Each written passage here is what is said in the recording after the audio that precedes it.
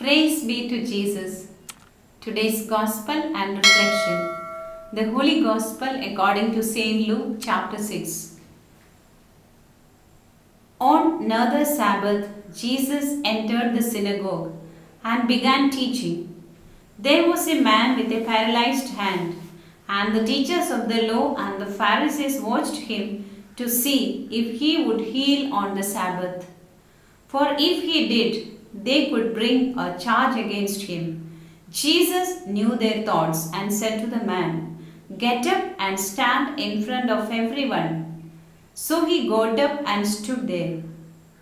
Jesus said to them, "I want to ask you, what is allowed by the law on the Sabbath? To do good or to do harm? To save life or destroy it?" It was customary for Jesus to go to the synagogue and preach there. There was a man with a paralyzed hand, and the scribes and Pharisees were closely watching whether Jesus would heal the man on the Sabbath. Filled with fury, they were waiting for a chance to find serious charges on Jesus so that they could eliminate him. They found in Jesus the rule of love is taking over from the rule of law, and so their control of people is being challenged. Jesus' question is applicable to all. Is it permitted on the Sabbath to do good or evil? To save life or destroy? It deeply stirs them. It was a real threat to the scribes and Pharisees who considered the law of Sabbath superior to God's law of love. Jesus thus healed the man, and this was once again a confirmation of the Lord's mission as a saving one. The entry of Jesus to the world brings salvation to the humankind.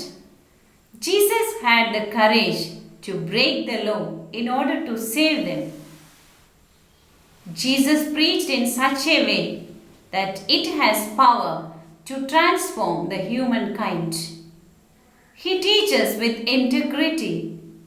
If only we keep our hearts and minds open, we will be able to experience His powerful teaching. Today, let us sit at the feet of the Lord and be a good listener. His preaching is always followed by a healing. It has relevance for all times, as we have His words around us to enlighten us.